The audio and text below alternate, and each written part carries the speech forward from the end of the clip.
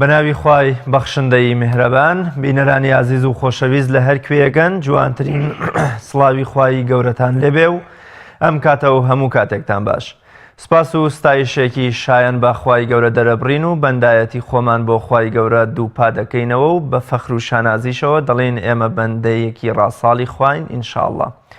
درود و سڵاو و میهرەبانی خوا بڕژێ بەسەر گیانی پاکی پێغەمبەری پێشەوامان صلی الله علیه وسلم و ڕێز و سڵاو و حرمەت و خۆشەویستیشم بۆ ئێوە عزیز و خۆشەویستەیە لە هەر کوێگەن. حکمەتی بەڵاو ناخۆشیەکان و چۆنێتی خۆپاراستن لیان و ئەو ڕێکار و میکانیزمی کە ئاینی پیرۆزی ئیسلام بۆ کۆی مرۆڤایەتی بەگشتی و شوێن کەوتۆکانی خۆی دایناوە لە بۆ خۆپاراستن لە تەواوی ئەو نەخۆشی و بەڵاو پێژاتانەی کە ڕوبەڕوویان دەبێتەوە تەوەری ئەمڕۆی بەرنامەی بە فەڕ دەبێت. ئێمە ئەمڕۆ زیاتر تیشک دەخینە سەر ئەو بەڵاو ناڕەحەتەی کە لە ئێستادا زیاد لە 80 وڵاتی دنیای گرتوتەوە بە ناوی ڤایرۆسی کۆرۆنا کە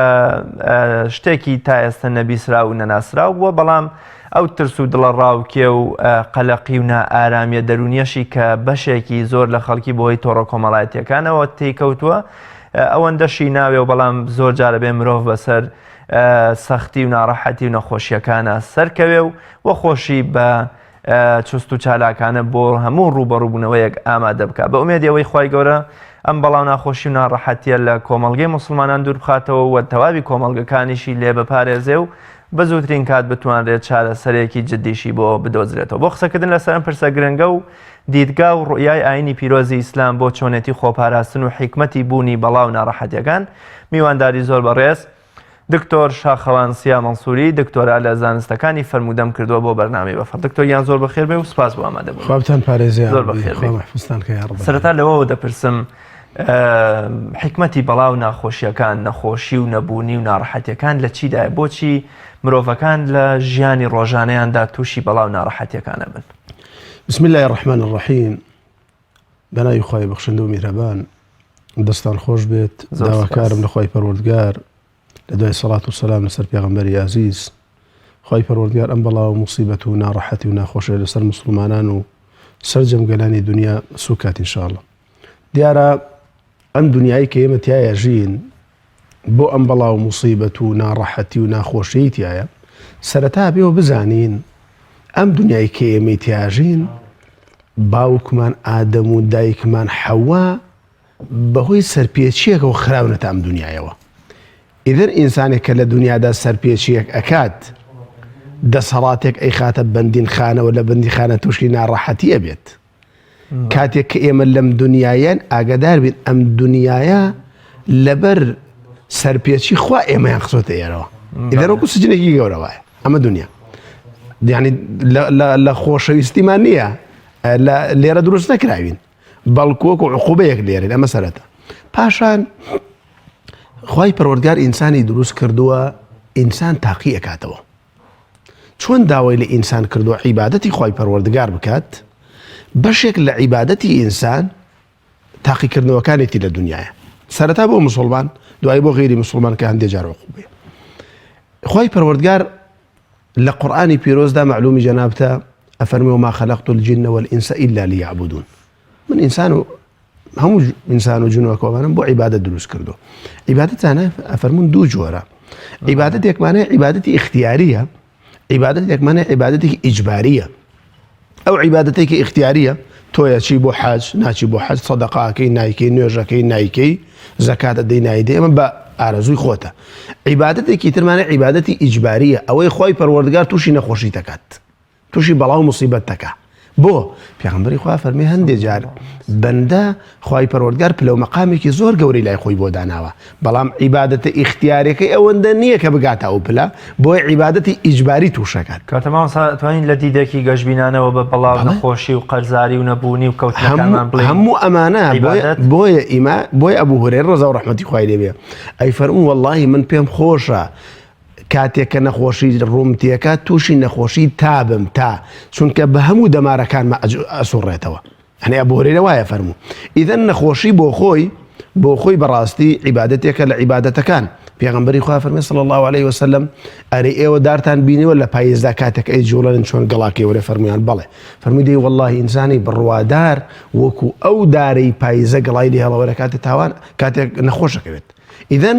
ئەمە عیبادەتە سەرەتامە عیبادەتە یعنی جۆرێکە لە جۆرەکانی عیبادەت ئینسان بە مەرجێک شکرانەی خوای پەروەردگار بکە و هەر هۆکاری عیبادەتە هەر هۆکاری ئەوەیە خوای پەروەردگار دڵی بەندەکەشی خۆشەکە ئەفەرمێ إذا مرض العبد أو سافر كتب له مثل ما كان يعمل عليه مقيما صحيحا بۆی دڵتەنگ نەبی ئەگەر نەخۆش کەوتی کاکە پێشتر چووی بۆ مزگەوت ئێستا ناچی خوا بۆتە نووسێ جەل جەلالوه چووی بۆ سەفەر هەموو ڕۆژە بە ڕۆژەوە بوو ئێستا بۆت ناکرێت خوای گەورە بۆتە نووسێ ئیذەن شریعەتی پاکی ئیسلام بەڵاو موسیبەتەکانی داناوە بووکو تاقیکردنەوەیەک بۆ بەندەکان بزانێ ئەم بەندە سوپاسگوزاری خوایە یان سوپاسگوزاری خوانەیە کاتێکە لەش ساغ بۆ کاتێکە نەخۆشەکەی پاشان بە عیبادەتیش بۆیە نووسێ ینی بەردەوام بە عیبادەت بۆیە نووسێ نەک بۆ خۆی عیبادەتە بەتەنها ئەو کەسەشی سەردانیەکە بە عیبادەت بۆ ئەویشیە نووسێ ئیدەن شریعەتی پیرۆزی ئیسلام بەڕاستی ئەگەر تەماشای هەموو نەسەکانی قورئان و فەرموودەی پێغەمبەری خوا بکەین ئەومان بۆ دەرەکەوێکە ئەو بەڵاو موسیبەتانە جا ئەگەر نەخۆشی بێت نەبوونی بێت مردنی کەسی نزیکت بێ هەر ناڕەحەتێک بێت تەنانەت دڕکێک بچێ بە پێتە ئەوە عیبادەتێ و بەندایەتیە بۆ ئینسانی مسلمانە نووسرێ ئەمەش بەڕاستی ئینسان جاری وایە لە دنیادا پاداش تێمانە نابینێت بەڵام لە قیامەتە پاداشتەکەی بینێ کە بەڕاستی ئەم ئینسانە کاکە پێغەمبەری خوا صلی الله عليه وسلم ئەفەرمی الأنبیاء أشد بلاء کە پێغەمبەران لە هەموو کەس بەڵایان قورستر بووە یعنی تەسەوور کە لە ئەثەرداتوە کاتێک پێغەمبەر ئەیوب تووشی نەخۆشیە بێ 18 ساڵ یان 19 ساڵ خەڵک لێی ڕاکەن یا لەبەرەوەی نەخۆشەکە ئەگوازرایەوە لێیان ڕاکرد ناڕەحەت بوون یعنی پێغەمبەری خوا صلی الله عليه وسلم فەرمێ ڕۆژێ تووشی کۆکە و لەرزوتاوە بوو فەرمووی پێغەمبەری خوا تۆش فەرمووی من دوو هێندەی ئێوە ئازارەکەم گەورەیە دوو هێندەی ئێوە ئازارەکەم قورسە ئەمە خوای پەروەردگار ئینسانی ناردووەتە ئەم دنیایە بۆ ئەوە نەی ناردووەتە ئەم دنیا حتایە بژی مودەیەکە کاکە قاعی امتحان چی تیا کرێ قاعی امتحان شوێنی تاقیکردنەوەی بەڕاستی وە نییە لە دوای تاقیکردنەوەکە ئینسان پاداش وەرەگرێ بۆیە بەڕاستی ئەم بەڵاو موسیبەتانە مەوە سەر ڕاز هەمووی نعمەتە بۆ ئینسانی بڕوادار ئەگەر هەستی پێ بکات هەر هەمووی نعمەتە بەڕاستی بۆیە گەرنگە ئینسانی بڕوادار لە دوایەوەی کە مەسەلەی خۆپاراستن ئەم شتانە بابەتێکی ترە گرنگە ئەمانە بەوە بزانێ کە خوای پەروەردگار بەڵایەکی ناردووە موسیبەتێکی ناردووە ئەگەر من سوپاسی خوا بکەم لەسەری ڕازی بم لەسەر ئەو بەڵاو موسیبەتە ئەوە خوای پەروەردگار بە عیبادەت بۆ من نووسێت فمن رضي فله الرضا ومن سخط فله السخط پێغەمبەر فەرمێ ئەگەر ڕازی دکتۆر کەواتە لەم ئەگەرەدا نەخۆشی و ناڕەحەتی و نەبوونیەکان لەلایەن ئیسلامەوە خوازراونین بەڵام ئەم دیدەگەشە هی ئەو کاتێک کە مرۆڤ داخلی ناو بازنەکەیان دەبێ دەپرسم خۆپاراستن و خزمەتکردنی جەستە و ڕوح و ئەو میکانیزمانی کە ئاینی پیرۆزی ئیسلام دایناوە کامانن ئایا بەستمەوێت تا چەند خۆپاراستن یەکێکە لە ئامانجەکانی ئیسلام بارەکەڵڵا بێت تەماشاکە وەکو جەنابەت فەرمووت ئیسلام حەزی بۆ نیە خەڵک نەخۆشکەی خۆ بەس ئیسلام دوایەوەی کە ئینسان نەخۆش ئەەکەوێت بەڵام کاتی نەخۆشکردن دەستی ئومێدی پێدا ئینا پێغەمبەری خوا لە چەندین فەرمودەیە فەرمی خوایە پەنات پێگرم خوایە لەم نەخۆشی پەنات پێگرم خوایە لە کەوتن پەنات پێگرم خوایە لە فەقیری پەنات پێگرم ئەمانە بەڵام کە هات ئینسان ئومێدێکی دێتە کاتێ تەماشای نەسەکانەکە پاشە شریعەتی ئیسلام ئەگەر تەماشا بکەین مەوەزار ڕیاض ئەوەندەی گرنگی بە خۆپاراستن داوە ئیسلام یعنی ئەوەندە باسی خۆپاراستنی کردووە ئەوەندە جەختی لە خۆپاراستن کردوێتەوە ئەوەندە جەختی لە عیلاج نەکردوێتەوە ئیسلام بۆ زانینت زیاتر جەختی لە خۆپاراستن کردوێت بۆ نمونە شریعەتی ئیسلام ئەفەرمێ هەر بۆ دەمودانت ئەفەرمێ سیواک بکە علم سلمانێتی کە سیواک وقایە پێغەمبەری خوا صلی الله عليه وسلم ڕۆژێ فەرمووی ئەرێوە چی هەندێکتان دێن بەڵام دانتان زەردە دانتان بشۆن یعنی ئەمە وقایەکە بەڕاستی بۆ پاراستنی دەمودان پێغەمبەری خوا صلی الله عليه وسلم ئیسلام فەرزی کردووە لەسەرمان ڕۆژانە ئێمە دەستنوێژ بگرین کە دەستنوێژیش ئەگرین ئاوەردەین لە لوتمان ئەمڕۆڵێن ئاوەردە لە لوتت ئاوەردە لە دەمت گوێچکە ئەفەرمێ ئەم لێواری گوێچکە و کونی گوێچکەش پاکەرەوە کاتێکە مەسحەکەی بۆ ئەگەر شتێکیش بەسەرتەوە بوو مەسحی سەریشت بکەیت لای بیت ئەم ئیسلامە جوان هاتووە مەسن لە بواری ئینسان وەکو تەندروستی لاشەی هاتوو ئەمانەی کردو فەرموویەتی پێغەمبەری خوا فەرموویەتی مائیدەتان بکەن بە سێ بەشەوە بەشێکی جوانە بەڵێ بەشێکی خواردن بەشێکی بەشێکی شوێنی هەوا ئەمە بۆ چییە؟ ئەم بۆ تەندروستی فەرموویەتی ئیسراف مەکەن ئەمە بۆ تەندروستی کاکە یعنی تەماشاکە هەموو بوارەکانی ئینسان هەموو بوارەکانی ئینسان فەرموویەتی کاکە ئەگەر چوون بۆ سەفەر ئەگەر نەخۆش بوون ئەگەر ئافرەتێ شیری مناڵیدا با بە ڕۆژوو نەبێت بۆ چونکە بۆ لایانی تەندروستی خراپە وقایە ئەمە ئینسانی لە سەفەرا بوو کاکە تووشی ناڕەحەتیە بێت پێغەمبەری خوا صلی الله علیه وسلم ڕۆژێک چوو سێری کرد کۆمەڵی خەڵک سێبەریان کردووە لە پیاوێک فەرمووی ئەمە چییە؟ فەرمووی وەڵاوە بە ڕۆژووە بە ڕۆژوو پەکی کەوتووە فەرمووی لەیسە من البر الصيام في السفر فەرمووی با ئەوە چاکی نییە ئینسان لە سەفەرا بە ڕۆژوو بێ ئاوە خەڵکی سێبەری لێ بکە ئیدەن ها بە ڕۆژوو نەبوونەکە ئەمە چییە؟ بۆ ئەوەی وقایە بەڕاستێ بۆی تووشی نەخۆشی نەبێ پاشان فەرموویەتی ئەگەر سەرما بوو مەسح بکەن کاکە بۆچی سەرماتان نەبێ فەرموویەتی ئەگەر چوون بۆ سەفەر مەشەقەتان ڕوتێکن نوێژەکان کورتکەنەوە ئەگەر لە ماڵدا بوون لە مزگەوتەکاندانا سەرمایەکی ناڕەحەتیەک بوو مەچن بۆ مزگەوت تووشی سەرما بن نوێژەکان جەماکەن ئیسلام هەموو بوارەکانی ژیانی تەماشاکە ئەمە بۆ ئینسان تەنانەت پێغەمبەری خوا فەرموویەتی صلى الله عليه وسلم فەرموویەتی کاکە ئەو نەخۆشیانەی کە ئەگوازرێنەوە ینی ئینسانێک بۆ ئینسانێکی ترێگە چونکە نەخۆشی دوو جۆرە هەندێکیانێ ناگوازرێنەوە لە ئینسان یعنی ئینسان کە ئەیگرێ بۆ خۆیەتی ئینسانە گورچی لێشێت شەو ڕۆژ بێ لەگەڵ منا بخەوێ ماچی بکەم ماچم بکە 10 ساعات پێکەوە بین گورچی لێشە و گورچی لێش نایە بۆ من ئەم نەخۆشە نەگوازەوە نەخۆشیێکی ترێ ئەگوازرێتەوە پێغەمبەری خوا دەربارەی یەکێک لەو نەخۆشیانەی کە ئەگوازرێتەوە گەڕیە فەرموویەتی فر من المجذوم فرارك من الأسد فەرمووی ئەو کەسەی تووشی گەڕ و گولی بۆ لێ ڕاکە وەک چۆر شێرێک بۆ دێڕاکەی ئەمە یعنی چێ یعنی وقایە وەنیە پێغەمبەری خوا فەرموویەتی صلی الله عليه وسلم لا يريد ممرض على مصح فەرمووی کاکە خەڵکی نەبا وشترێکتان کە ساغا نەچێتە ناو گەلە وشترێکەوە کە نەخۆشە چونکە تووشە بێت پێغەمبەری خوا صلی الله عليه وسلم کاتێکە لە ساڵی هەژدەی کۆچیدا لە صحیح ئیمامی بوخاری داهاتوە عومەری کوڕی خەتاب لەگەڵ جێیشێکە ڕوا بۆ شام کاتێکە نزیکی شامە بنەوە ئەبوو عوبەیدەی کوڕی جەڕاح دێ بەرەو پیریان فەرمویان ئەی ئیمامی عومەر لە شام لە عەمواس تاعونێک بڵاو بووەتەوە ئەبوو عوبەیدە کە لەوێ بوو حەزیەکەت بیان ئیمامی عومەر فەرمووی با پرسی ئەنسار و مهاجر کە ئەنساری بان کرد دوای مهاجری بان کرد ڕا لەسەرەوە بوو کە نەچن هەتا ئەبوو عوبەیدە فەرمووی ئەفرارا من قەدەر الله یا عومەر لە قەدەری خوا ڕاکەی فەرمووی ئەفر من قەدەر الله إلى قەدەر الله بەڵێ لە قەدەری خواوە ڕاکەم بۆ قەدەری هەتاوەکو عەبدوڕەحمانی کوڕی عەوف لە شوێنێک بوو گەڕایەوە فەرمووی ئەمە چییە؟ فەرموویان وڵا مناقەشە ئێستا چوون فەرمووی بابە من گوێم لە پێغەمبەری خوا بوو فەرموویەتی وإذا سمعتم به في أرض ئەگەر لە شوێنێکدا گوێتان لێ بوو کە تاعون بڵاو بوویەوە ئەگەر لەناو شارەکە بوون مەچنە دەرەوەی شارەکە لەبەر دوو هۆکارە تەوان بۆ نەچین ئەوەی ئێستا لە کۆرۆنا تەواوی ڕێکخراوی تەندروستی جیهانی گەشتۆتە ئەم فەرموودە یەکەم جار لە چ شارێکم نەخۆشە بڵاو بۆتۆ لە ووهانی چین ووهانی پێوتێ ئەگەر ئەم فەرموودەی پێغەمبەری خوا لە ووهان جێبەجێ بکرای بڵاو نابووە بێگومان ئەم فەرموودە جێبەجێ بکرای وقایە تەماشاکە وتی کاکە پێغەمبەری خوا فەرموویەتی ئەوەی لە شارێکە ئەگەر نەخۆشەکەی تا بنیاتە دەرەوە بۆ لەبەر دوو هۆکار یەکەم بۆی ئەم نەخۆشیە نەگوازرێتەوە بۆ جێگایەکی تر دووەم لەبەرەوە ئەم خەڵکە وەرەی نەڕوخێت من دراوسەکەم ببینم ڕاکە و دراوسەکەم ببینم ڕاکە وەرەی ڕوخێ میسانە ئیسلام فەرموویەتی نابێ بچێت دەرەوە فەرموویەتی ئەوەی لە دەرەوەی ئەو شارێ با نەهاتە ئەم شارەوە بۆ لایەنی صحیح تەماشاکە یعنی ئەمە وقایە بەڕاستی یعنی ئیسلاما چەند گرنگی بە وقایی داوە چەند گرنگی بە خۆپاراستن داوە بۆ پاراستنی کۆمەڵگەی زۆر بەلاوە گرنگە یعنی جەیشێک ئەڕوا بۆ شام ئەگەڕێتەوە لەگەڵ ئەوەشدا ئەبوو عوبەیدی کوڕی جەڕاح تەبەن بۆ نەخۆشی وفاتی کرد معاذی کوڕی جەبال بۆ نەخۆشی وفاتی کرد و هەروەها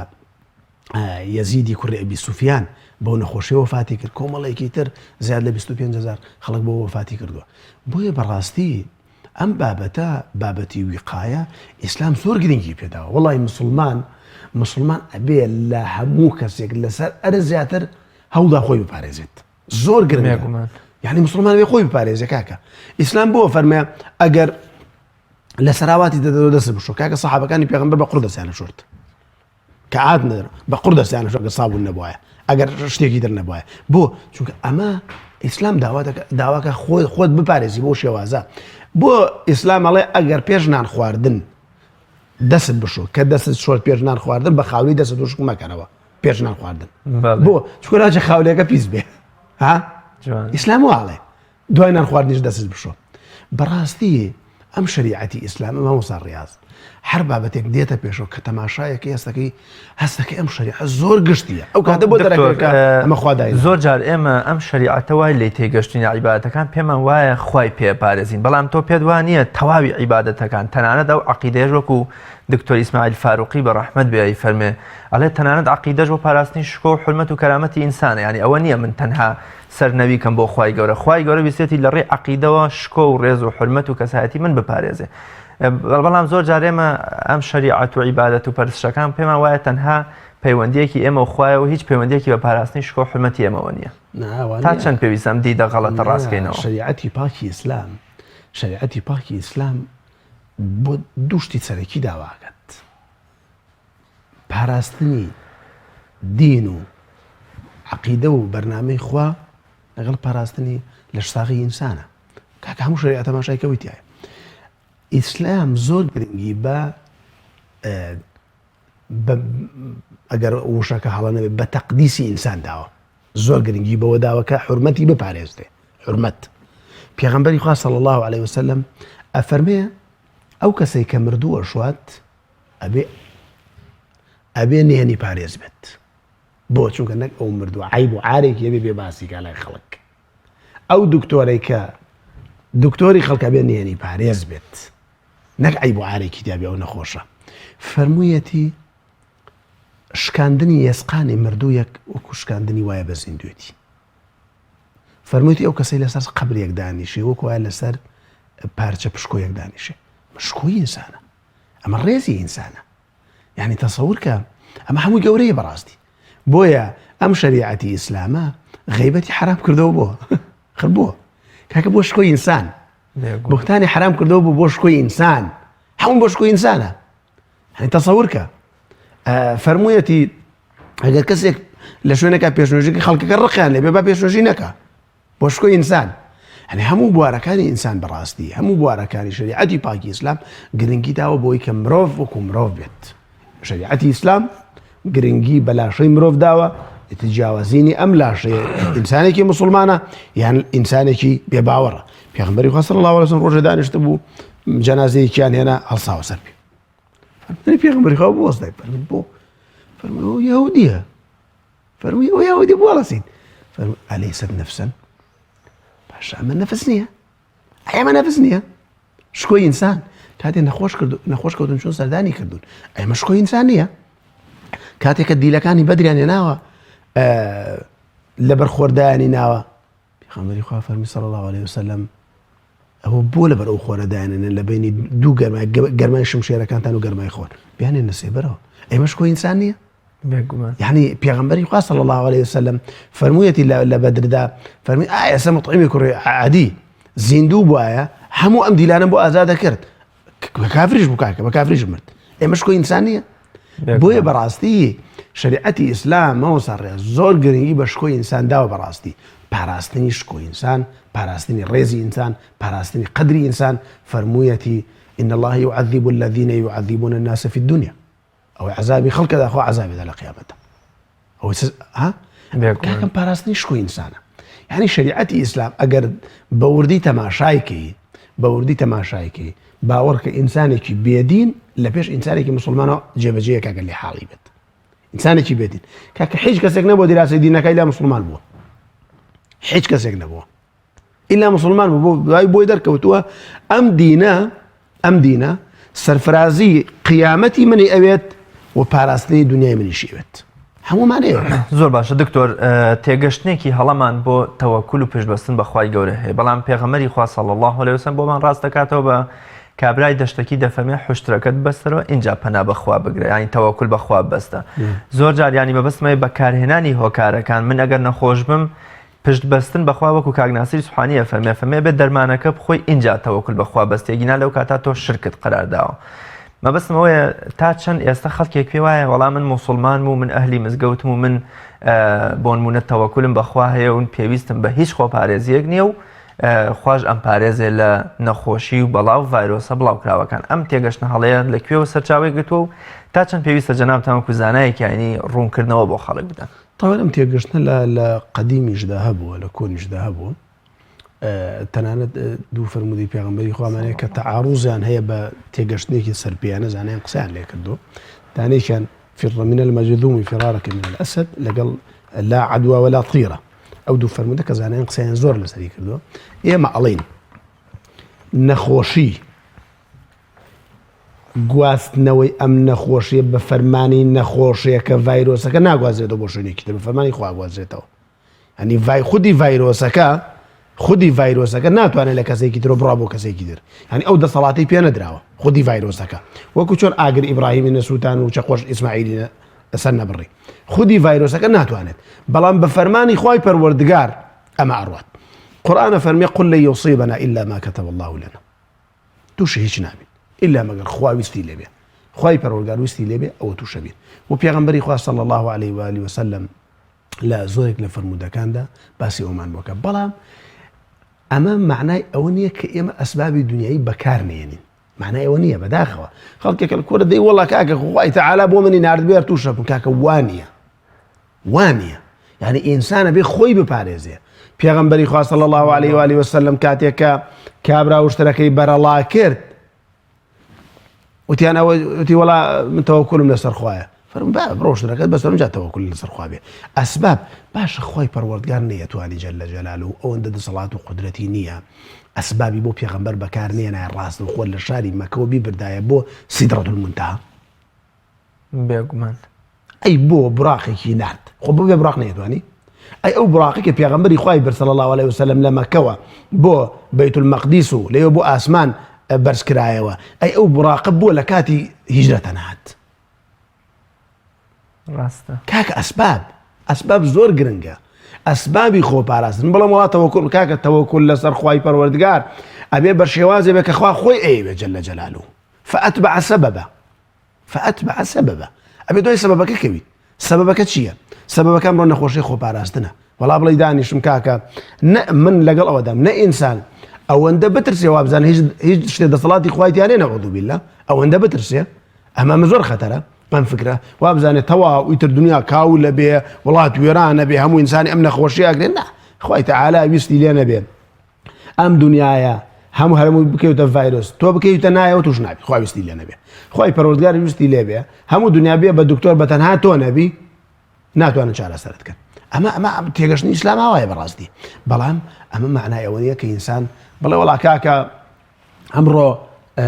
بەخوا من هەرە چم بۆ نوێژی جەماعەت و من هەرە چم تێکەڵی خەڵکە بوو مناچم بۆ ناو قەرەباڵخی و بە خوای تەعالا چی لەسەر من نووسی بیارەوە کاکە خوای پەروەردگار چی نووسی بیارەوە بەڵام تۆ گوناهبارە بیت. ئەی باشە خۆ ئینسانێک پیاوێک ئەکوژێ خوای تەعالا نووسیوەتی کە ئەم پیاوە ئەکوژێت وەنییە خۆ نووسیوەتی. بەڵام ئەمە خوای پەروەردگار ئیجباری نەکردووە لەسەر ئیختیاری خۆیەتی کاکە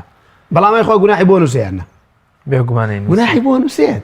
خوای تەعالا گوناحی بۆ نووسێت چونکە پیاوە کاکوژێ یعنی خوای تەعالا عەمەلەکەی خۆی نووسیەوە ئینسان ئەزانێ ئینسانە خۆی ئەو عەمەلە ئاکات نەک ئیجباری خوا بێ بۆی جەلە جەلالوهو. یعنی ئیجباری خوای تەعالا بە زۆر تاوان بە ئینسان ناکە. خوای تەعالا فەرمووی تاوان مەکەن. بۆیە بەڕاستی ئەم فکرەی کە پێی وایە ئینسان هیچ پێویست بە خۆپاراستن ناکات بۆ کوێ ڕۆی بڕۆ چی ئەەکەی بکە ئەمە تێگەیشتنێکی هەڵەیە لە تەوەکل. ئەمە تێگەیشتنێکی زۆر هەڵەیە ئینسان تەوەکولی بێ وەکو لە سەردەمی ئیمامی عومەردا خەڵکی لە مەکەوە هاتبوون لە یەمەنەوە هاتبوون هەچەند ئەڵێن سەبەب نوزولی ئەو ئایەتەشەوە تەزەوەدوا فإن خەیرە زادی التەقوا لەسەر ئەوە دابەزیوە هەندێکە فەرموون چونکە بابەتەکە بابەتی حەجە. لە یەمەنەوە هاتبوون نانوشتیان نێنابوو نانێکەم هێنابوو تیان نحن متوكلون هاتن کاکە لە حاج وڵا بخۆی نانە نەما خواردن نەما ئاو نەما ئەمجا چوون ئەم خێمە تۆزێنان ئەچوونەوە خێمە تۆزێنان وتیانەوەی کێ وتیان وڵا ئەوان ئەڵێن نحن متوكلون فەرمووە ئەوە متەواکیلون کاکە تەوەکول ئەوەیە نانەکە بێنێ ئەمجا تەوەکول لەسەر خوا بێ ئەوە گرنگە بەڕاستی ئینسان دەرمانەکە بخوا پاشان بڵێ خوای بکەی بە شیفام کاکە قورئان تەماشاکە ئەفەرمێ باسی هەنگوینەکە فەرمێ فیه شیفاء بەڵێ باشە چ کاتێ فیه شیفاء بەس سەیرێکی فیه شیفاء بەس ناوی ببستی فیه شیفاء بیخۆی فیه شیفاء وایە بیخۆی چ سەبەب نییە خواردنەکە قورئان کاتێکە گوێ لێگردنی شیفاایە چ کاتێک گوێی لێ بگری و بیخوێنیتەوە شیفاایە یعنی مجرڕەدی قورئانەکە لە ماڵتا بێ ئەوە مجرڕەدی شیفاکە نییە وەنیە بۆیە بەڕاستی سەبەبەکان ئیسلام زۆر گرنگی بە مەسئلەی سەبەب داوە یعنی ئینسان بۆ خۆی بەدەستی خۆی نەخاتە جەنجاڵی و ناڕەحەتیەکەوە باشە ئیمامی عومەر ڕەزا و ڕەحمەتی خوای لێبێ لەگەڵ جێیشێکدا ناچێتە شارێکەوە لەبەر نەخۆشی ئەو هەموو ڕێژی بڕی باشە ئیمامی عومەر تەوەکولی نەبوو لەسەرخوا ئیمامی عومەر تەوەکولی بووە یعنی ئینسان لەگەڵ ئەوەشدا کە تەوەکولی بەخوایە ئەبێ بەڕاستی ئینسان سەبەبەکان بگرێتە بەر ئیمامی ئیبن کەسیر لە بیدایە و نیهایە باسی ساڵێکەکە لە ساڵەکانی عێراق ئەڵێ ساڵێک لە ساڵەکان لە عێراقدا لە ئیبن کەسیر باسەکە ئەڵێ سەرمایەکی ئەوەندە ڕووی لە خەڵک کرد سەرما یەک کەس نەیتوانی بچێ بۆ حەج فتواشیان بۆ درا بۆ حەج نەیانتوانی لەبەر سەرما چونکە بچووناتە دەرۆ ڕەخە بوون و سەرمایان نەبوو ئەوەندە ناڕەحەت بوون حتى مامۆستا ئیمامی دکتۆر ببوورە ئیمامی عومەر یاسای دەستبڕین لە ساڵی گرانیەکە پەگەخا کە یاسا تەنها بۆ منەوەخی خوای گەورەی و خوا خۆی دایناوە بەڵام لەبەرەوەی کە مەسلەحەت و بەرژەوەندی عامی موسڵمانان و کۆمەڵگەکەیە بینێ ئەمە باشەکەوە یاسای دەستبڕی لە ئیسلاما جارە پەک بخات تا سەردەمێکە ئەم گرانی و قات و قڕێ نامێنێ بالفعل تەماشاکە ئیمامی عومەر ڕەزا و ڕەحمەتی خوای لێبێ خۆ ئیزانی دەستبڕین ئەوە لە سەردەمی مامە تەکفیرەکرد تەبەن ڕێک تەکفیریانە کرد بڕۆ بەخێراتی لە فەیسبوک ئیمامی عومەر ڕەزا و ڕەحمەتی خوای لێبێ ئەزانێ ئەمە نەسی لەسەرە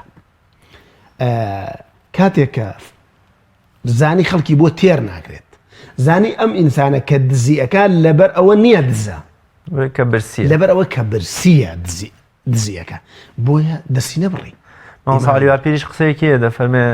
ئیسلام بەر لەوەی دەسی دزان بە برێسکی برسیان تێرەکە ینی کەواتە بێ ئیسلام ئەمە بێنێتە دی اینجا توانێت یاساکانیش جێبەجێ بکات لە کۆمەڵگە بالفعل بۆیە بەڕاستی شریعەتی ئیسلام شریعەتی پاکی ئیسلام ئەگەر وەکو خۆی جێبەجێ بکرێ باوەڕکە پێش موسڵمان ئینسانی کافر ئەیوێت پێش موسڵمان ئینسانی بەڵام بەداخەوە ئیسلام زۆر جوانە بەڵام ئێمە کە هەڵگری ئیسلامین ناشدینین یعنی ئەو جوانیمان بە ئیسلام سەری ئەو فەوزای فەیسبووکیش بکە دیارە ینی تەنانەت بۆ چوونی زانەکانی خۆشمان قبوڵ ناکەن یعنی باوەڕ و قەناعەت بکە هەندێک شت لە سیرەی پێغەمبەر داهاتووە صلی الله علیه وسلم لە سیرەی هاوڵان داهاتووە یعنی تێگەشتنی هاوڵان بۆ فەرموودەی پێغەمبەری خوا صلی الله علیه وسلم ئەگەر لە سەردەمی ئەم ڕۆیا بێ باوەڕکە خەڵک لیان قبوڵ ناکە یعنی ئیمامی عومەر تەمان هەر یاسای دەستبڕین نییە کۆمەڵی یاسای تری زیاد کردووە ئیمامی عومەر هەی کۆمەڵی یاسای تری زیاد کردووە و ئیمامی عەلی ڕەزا و ڕەحمەتی خوای لێبێ بە هەمان شێوە ئەگەر تەماشاکەین ئەوان زۆر باش لە مەغزای دین حاڵی بوون یعنی شتەکان بە هین نەگردبوو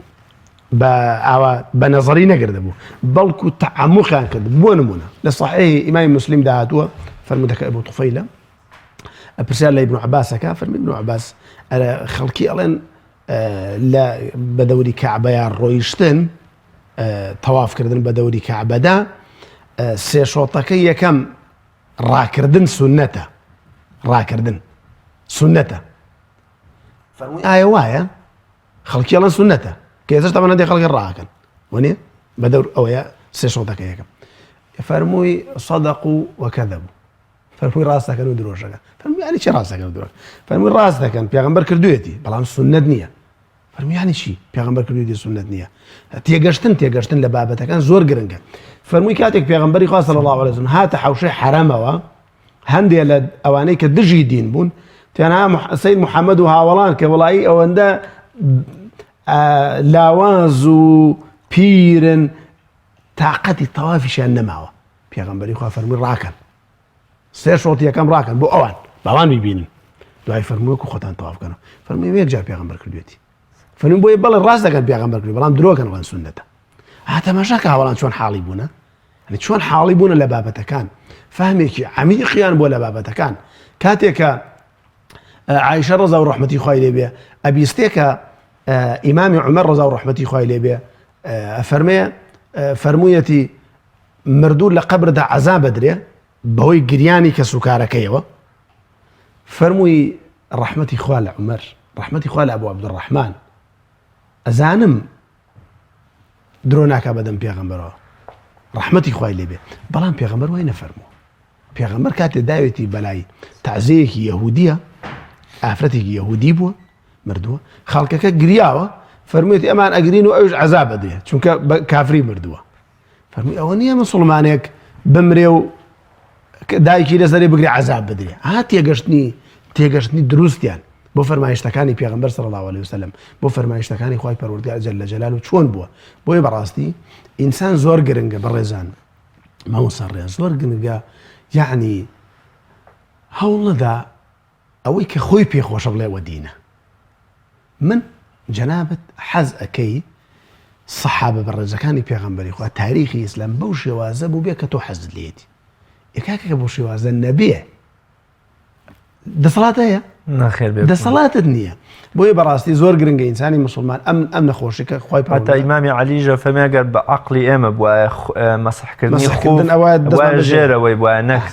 سەرەوەی، بەڵام ئەمە دینە و شەریعەتی خوایە. بۆیە بەڕاستی کاتێک کە شەریعەتی پیرۆزی ئیسلام بابەتێکی فەرمووە ئینسانێک جاری وا هەیە بە خۆشەویستی بۆ دین، بە فەهمێکی سەطحی بۆ دین، دیفاعێکی لێکا جارەوە دیفاعەکەش هەڵەیە بەڕاستی، یعنی تەعەمقی نەکردو لە بابەتەکە لە مۆزوعەکەدا. و هەروەها شەریعەتی ئیسلام ئەفەرمێ پاراستنی لاشە زۆر لە پێشترە لە پاراستنی دین. حفظ الأبدان مقدم على حفظ الأديان.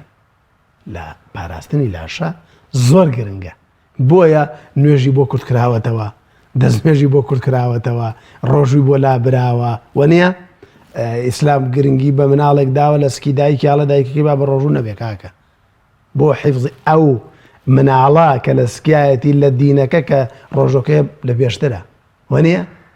بێگومان ئیسلام ئەوە تەماشای زۆر باشە. دکتۆر باسی داخستنی مزگەوتەکان بەز ئێمە بناچینەوە بوارەوە، بەڵام ئێمە دەزانین هەر پێش ئەم ڤایرۆسەش نێرگەلەخانەکان و مەیخانەکان شوێنی ناردنە دەرەوەی یا بۆ منە ناردنی تاکەکان بووە بەرەو مەرگ، یا لە ڕێ ئەوەی کە شێرپەنجەیان توش کردووە، یا بۆ منە ڕۆشتوە لە بەنزی خانەیەکە لە 140,000 خەڵکی کوشتووە، یا دایکی خۆی کوشتووە لە هەولێر لەسەرەوەی کە پارەی نەداوێتە بڕوا مادەی هۆشبەر بەکاربێنێ. لە ساڵۆن و شوێنەکانی جوانکاریە دەزانین خانمێک گەنێرنە دەرەوە چاوبەسی مێردەکەی و خەڵکی پێ بکات، بەڵام مزگەوت خەڵک دەنێرێتە دەرەوە بۆ ژیانکردن، خەڵک ئامادەکە بۆ ژیان، خەڵک ئامادەکە بۆەوەی کە دەست و قاچی دایک و باوکی ماچکا لەگەڵ دراوسەیە باش بێ. بەراوردکردنی ئێمەی موسڵمان مزگەوت بەرینە ئاستی ساڵۆن و نێرگەلەخانەکان شتێکی دروستە لە کاتێکە ئێمە ئەمانەوێت لە مزگەوتەوە ژیان بگێڕینەوە بە پێی ئاەتی لیما یحییکوم،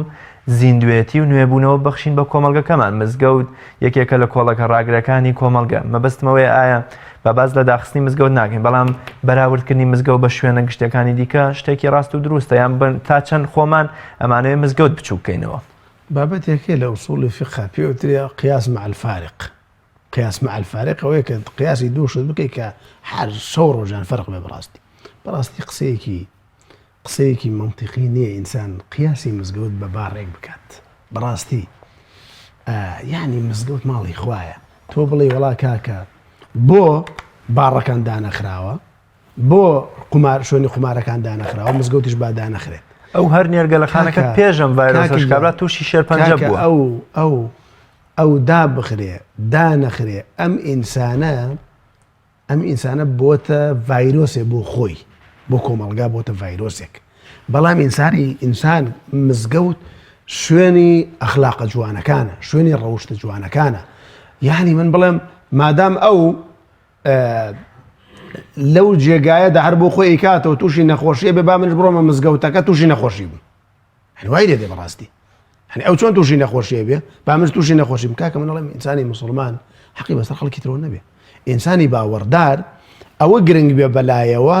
کە من چۆن دراوسەکەم بپارێزم، من چۆن هاوپیشەکەم بپارێزم. من ئیسلام پێ مەڵێ کاتێک کە بە قاچاخی دێمەوە حرامەکەم بۆ ئەم وڵاتە. ئیسلام پێ مەڵێ بۆ دێمە کۆمەلگایە. ئیسلام پێ مەڵێکا کە خۆت بپارێزە لە مزگەوتێکدا نوێژەکەی 300 کەس نوێژەکە. من نازانم ئەوەی تەنیشتم لەکوێوە هاتووە کاکە، نازانم لەکوێوە هاتووە. لەوە چێ لە جێگایەکەوە توێ نەخۆشەکەی تیا بڵاو بوو بێتەوە، بەڵام من پێی نەزانم کاکە، چوزانم کێ میسانە خۆ لە ناوچوانی نەنووسراوە. بۆیە بەڕاستی ئەم قیاسێکی نامەنطقیە، قیاسێکی نامەنطقی و بچووکردنەوەی مزگەوتە. بەڕاستی ئینسان تۆزە بیری لێ بکاتەوە ئەم کاکە دایەخن دایناخن کەیفی خۆیانەوەنە ئەوان حەقمان چێ بەسەرانەوە. ئیتر داخستنی مزگەوتەکان ئەو قەراری مەلا نییە،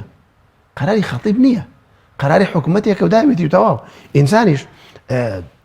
بەڕاستی مزگەوتێک کە مزگەوت جێگەی عیبادەتەوە، ئەو عیبادەتە تۆی لە ماڵی شابیکەیت، ئەو عیبادەتە، بەڵام ئەو خوێندنی لە زانکۆ کرد و لە قوتابخانەکانەکرێ ناتوانانی لە ماڵەوە بیکەیت. یعنی ئینسانێک ئەوەندە سەقافەتی نزم بێ بەداخەوە لەسەر داخستنی قوتابخانەکان نەیاتە جواب کە مناڵانەمان بەیانی لە خوێنەوار دەرەچن مەسەلەن لەسەر کە ئیسلام پێشەوە داوا عیبادەت لێ بکات، داوای خوێندەواری لێ کردو فەرمی ئیقرا پێشەوە. یعنی زانکۆکانیان بەلاوە گرنگ نەبێ، قوتابخانەکانیان بەلاوە گرنگ نەبێ، یعنی شوێنی پەروەردەکردنی منداڵەکان حەزانیان بەلاوە گرنگ نەبێ، مزگەوتەکان بەتەنها بەلاوە گرنگ بێ، هەمووی گرنگە، هەمووی گرنگە. من نابێت جیاوازی بکەم کاکە زانایانە فەرموون سەدەقە زەکات بۆ بنیادنانی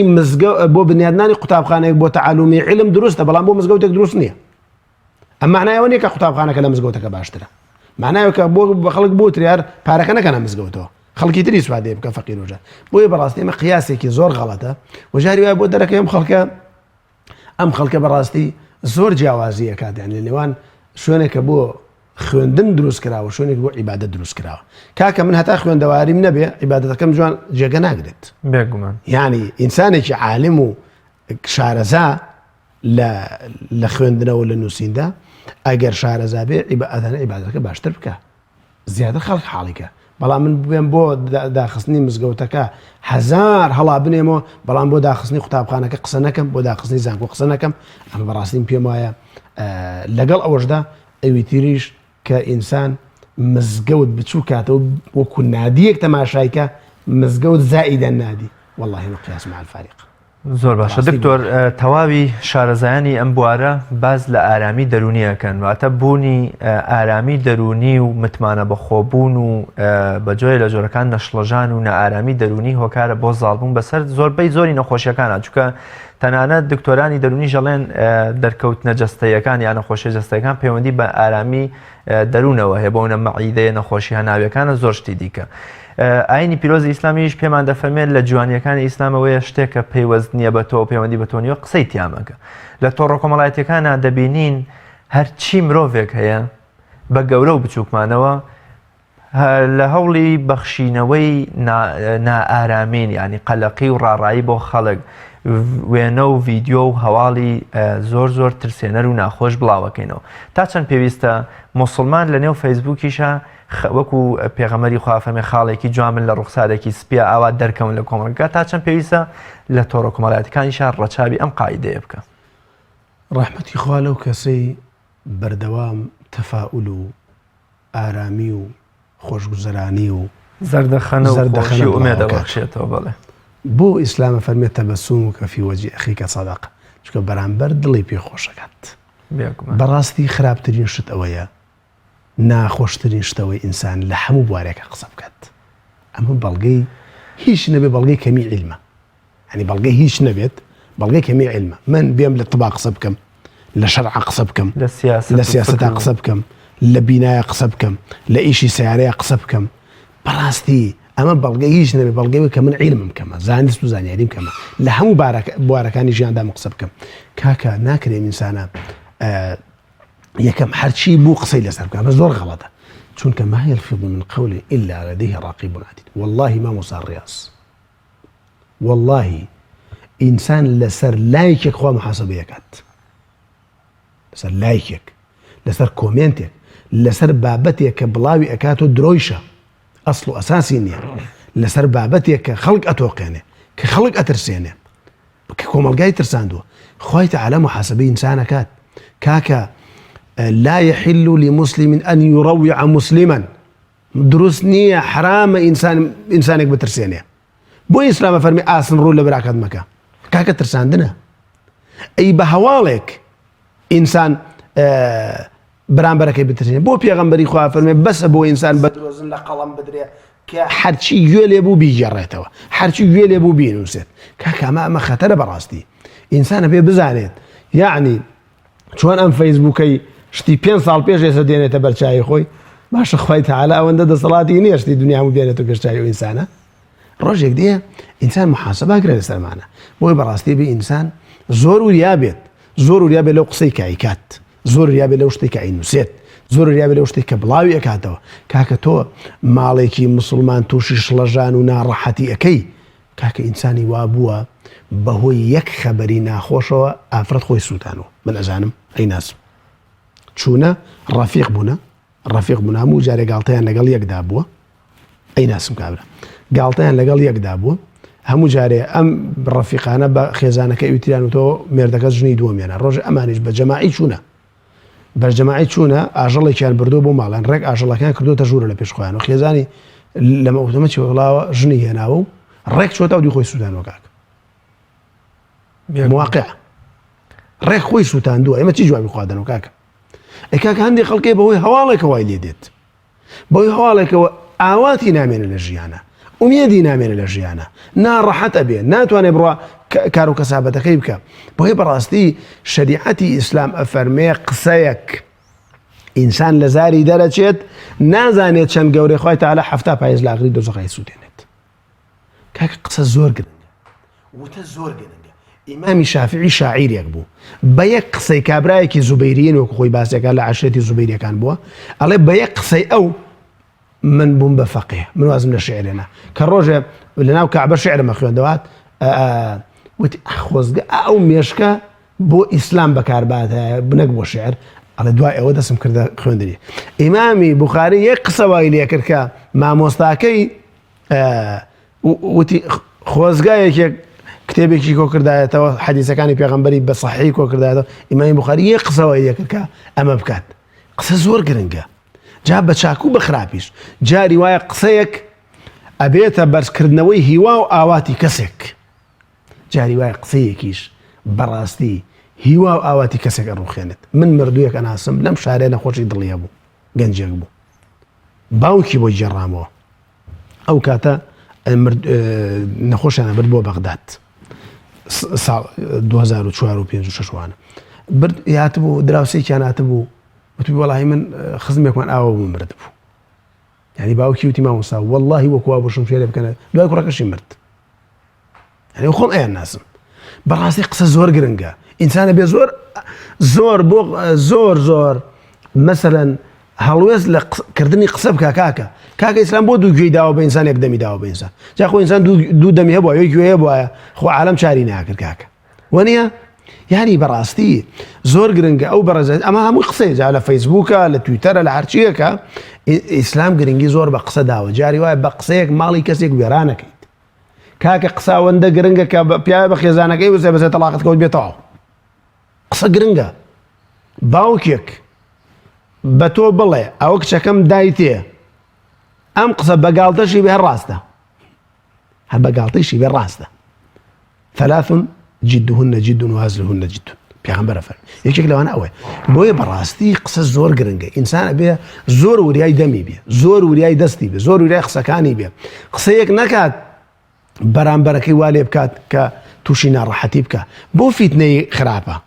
چکە تۆ مەسەلەن من باسی کەسێکەکەم ناوێرم بڕۆم بەرە ڕووی خۆی باسی کەم ناوێرم بڕۆم لە هەیبەتی یەکێک دێ لەو بینەدا قسەکەی من ئەێنێتەوە بۆ تۆ ئەمە زۆر خراپە ئەم کەسە بۆ چونکە من نەبێراوە بەرامبەر خۆت بێت ئەو هاتۆ بەرامبەر خۆت ئەم قسەکەی منیشی پێوە دوی بەرامبەری بووە ئەمە زۆر خراپە بۆی عقوبە هەیە يعني بۆیە ئەم ئینسانە لە شریعەتی پیرۆزی ئیسلام داونە منبوزە يعني ئەوەی کە نەمامە لا يدخل الجنة نەمامون بۆ پاراستنی کۆمەڵگا ئەم ئینسانەوە دوو ڕۆژتر تەوبەی لێ بکە بۆی بەڕاستی قسە زۆر گرنگە مامۆستا ڕیاض و زۆر جارە بێتە ڕوخان هۆکاری ڕوخانی بەرامبەر زۆر جارە بێتە هۆکاری زیندوو بوونەوە بەرامبەر. تەنانەت پێغەمبەری خوش صلی الله علیه و سلم بە یەکێ لە هاوڵانی فەرمێتەوە گەرانتی ئەوەی نێوان دوو شەویلگەکە و دووڕانەکەتم بەو کامیش گەرانتی چوونە بەهەشت کەواتە زۆربەی زۆری گوناه و تاوان و کوفر و شرک و بوختان و غیبەت و درۆ دەلەسەکان هەمویان بە زمانی ژەکرێ. بەڵێ زۆر باشە دکتۆر، باسمان لە خۆپارێزی و ئەرکی من کرد بەرامبەر بە تەواوی ئەو نەخۆشیانە، بەڵام زۆر جار من نەخۆشم ئەرکی من چیە بەرامبەر بەوانی دیکە، ینی مەبەستمەوەیە پێغەمبەری خوا صلی الله علیه و سلم فەرمێ ئەگە سیر و پیاز و هەر شتێکی ناخۆشتان خوار مێنە مزگەوت چونکە مەلایکەتەکانی خوا ئازاری پێچێژن چ جای مرۆڤەکانی پەنامان. لەم چەند ڕۆژەی ڕابردووشدا ڤیدیۆیەکی کاک ئەحمەدی مفتیزادە بە ڕەحمەت بێ بڵاو کرایەوە کە دەفەرمێ بەو دانیشتوانەی کە لە سنەوە ڕۆشتون بۆ لای بۆ تاران لە کاتی دوای ئازادبوونەکەی فەرمێ مسافەحە و دەستماچکردن و تەوقەوە ئەم شتانەمان لەگەڵ یەکانە کردو لەبەرەوەی من پەتام هەبووە و نەمویستوە ئێوە بە ساغی و سەلامەتی هاتبن من ئەوەندە خراپم لەگەڵتانە بە نەخۆشی بتان بێن نێرمەوە بۆ ماڵ مناڵ. لە ئێستادا خەڵکی ئەگەی ئەگونجێ بەو نە بە قاچاق لە ئێرانەوە هاتبێتەوە تێکەڵی ماڵ و مناڵ و کۆمەڵگەکەیە بێ، یان بۆ منە کەسێ بزانێن نەخۆشە و خۆی تەسلیمی کەڕەنتینە و نازانم دەستگا پەیوەندیدارەکان ناکات تا چەند ئەمە بەرپرسیارەتێکی قیامەتی و ئەخلاقی و یاسایی و تەندروستیەکە بێتە سەرژان. ئەگە من گومانێکم لە خۆم هەبێ یا بۆ منە لە ئێرانەوە بمەوێ بە قاچاق و لە ڕێی 100,000ەوە قاچاقچی بمهێنێتەوە هەرێمی کوردستان تا چەند تاوانبار و گوناهبارم و بەرپرسیارەتیەکە بێتە سەرشانم. طبعاً بەداخەوە ئەم وڵاتی ئێمە زۆر لە سێکتەرەکان تێکچوون بەداخەوە، ینی بەڕاستی ئەو کەسەی کە لە وڵاتی ئێرانەوە دێتەوە گومانی ڤایرۆسی لێ ئەکرێت ئەگەر ئەم ئینسانە مسلمان بێت قسم لەسەر مسلمانەکەیە وەکو ئەوە وایە مادەیەکی هۆشبەری لەگەڵ خۆی هێنابێتەوە چونکە نازانێت بۆ خۆی لەواچە و ڤایرۆسیان لە مادەی هۆشبەریش خراپ مەبەستە چونکە مادەی هۆشبەرەکە خەڵک تووشەکات. ئەگەر ئینسانەکە مسلمان نەبێ وەکو ئەو وایە ئینسانێکی بە مەعنا ئیسلامیەکەی ناڵێم بە مەعنا ئەوەی کە ئێمە لێ حاڵی بن تیرۆری هێنابێت و تیرۆریستێکی هێنابێتەوە بۆ لە ناوبردنی خەڵک کە ئەم ڤایرۆسە بۆ خۆی لە تیرۆر خەتەرترە چونکە نابینرێ. ئەمە گوناحە تەبەن وەکو شەرع گوناحە بەڕاستی بەداخەوە خەڵکێک هاتوون خۆیان شاردۆتەوە. لەگەڵ ئەوەشدا لە شەریعەتی ئیسلامدا دروستە ئەو ئینسانە خێریەکە کە دراوسەیەکی ئەوە هاتبێت و ئاگاداری کاتەوە دەستگای پەیوەندیداری لێ ئاگادار کاتەوە خوای تەعالا پاداش تێداتەوە چونکە کاکە ئەمە زەرری بۆ کۆمەڵگایە ئەبێ ئینسانە بزانێت کاکە خۆسەجنت ناکەن کاکە ئەدبەن دڵسۆزی تۆن کاکە دڵسۆزی کۆمەڵگایە هەر ئێمە بۆ هەرچی شتەیە بە گومانەوە تەماشایەکەین یعنی بەداخەوە هەرچی شتەیە ئینسان بەڕەشی ببینێ زۆر خراپە کاکە یعنی ئەمە بۆ پاراستنی هەموو لایەکمانە بەڕاستی ئەم ئینسانە گوناهبارە بێت و ئینسانێک ئەگەر بزانێت هەڵگری نەخۆشیە کە ئەم نەخۆشی ئەو کاری گواستنەوە ئەمڕۆ لەواچێ ئەم کۆرۆنا بێ بەیانی لەواچە نەخۆشیەکی تر بێ ئەمە گوناهبارە بێ. ئیسلام منعی کردەوە بۆنی سیر بکەم بە دەم و چاوی تۆیە کە پێ بێتاقەتە بی ئەولاترە کە من ڤایرۆسێ بکەمی گیانی تۆ کە 1000 کەس پێوە کوژەکە پێوامرێ ئەولاترە بەڕاستی بۆی ئینسانی بڕوادار ئەبێ زۆر ئاگای لێ بێت لەبەر خاتری نەفس شریعەتی ئیسلام پشتگوێ نەخات. ئەمە شریعەتی ئیسلامەکە ئەرزم کرد. زۆر سپاس بۆ بەڕێز دکتۆر شاخەوان سیا مەنسووری دکتۆرا لە زانستەکانی فەرموودە. زۆر سپاس بۆ بەڕێزتان بە ئومێدیەوەی کۆمەڵێ بەرچاوڕوونی و کۆمەڵێ لە دیوە جوانەکانی ئاینی پیرۆزی ئیسلام بۆ خۆپاراستنمان بەخشی بێ ببینەران. زۆر سپاس دەکەم. سپاسدانەکەین. سپاس بۆشخوابتان پارێزی. بەڵێ خۆشەویستانم لە کۆتایە چەند ڕێنمایەکی دیکە پێغەمبەری خوا صلی الله علیه و سلم دەفەرمێ لە ڕێی سەدەقە و بەخشینەکانتانەوە بەڵاو ناڕەحەتی و نەخۆشیەکانتان دوور بخەنەوە. هەروەها لە کاتی بەڵاو ناڕەحەتی و نەخۆشیەکانە پێغەمبەری خوا صلی الله علیه و سلم پەنای بۆ سەبر و خۆڕاگری